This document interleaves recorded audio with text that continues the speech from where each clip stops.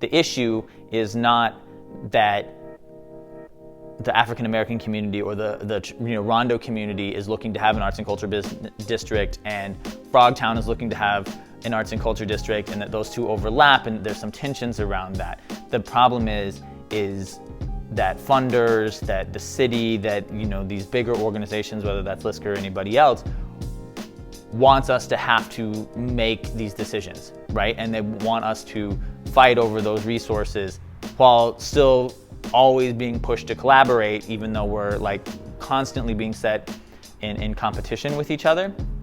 And so I think that this was a really great opportunity for us to say, like, we're not going to do that. We're going to work together. We're going to figure this out. What has happened out of the C4 work is the opportunity to even deepen our relationships in terms of turfism, geography, and racism. We've come together and we've had discussions about the tension around geography, and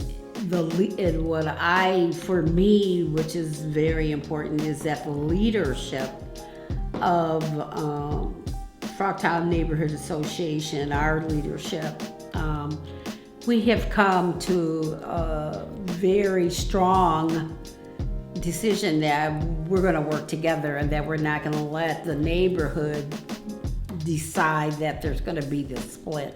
So I think there's been a number of little wins, and I think like just a really obvious one is this day that we had last year, where we had stuff that was happening at the Victoria Theater, and that was something that the Aurora St. Anthony and Naida had planned a whole variety of things, and they were gracious enough to let us tack on to that, right? That could have been their day, right? And this was about Rondo, and it was about the work that they were doing, and that we were kind of coming in. So I think it was a win in general that as we're saying, hey, we want to be part of this, we feel like we need to be part of this, that Kathy was able to bring that back to the group, and people like Naida in particular, and Aurora St. Anthony, and Vaming at Little Mekong and at Ada were able to say, yeah, they should be here,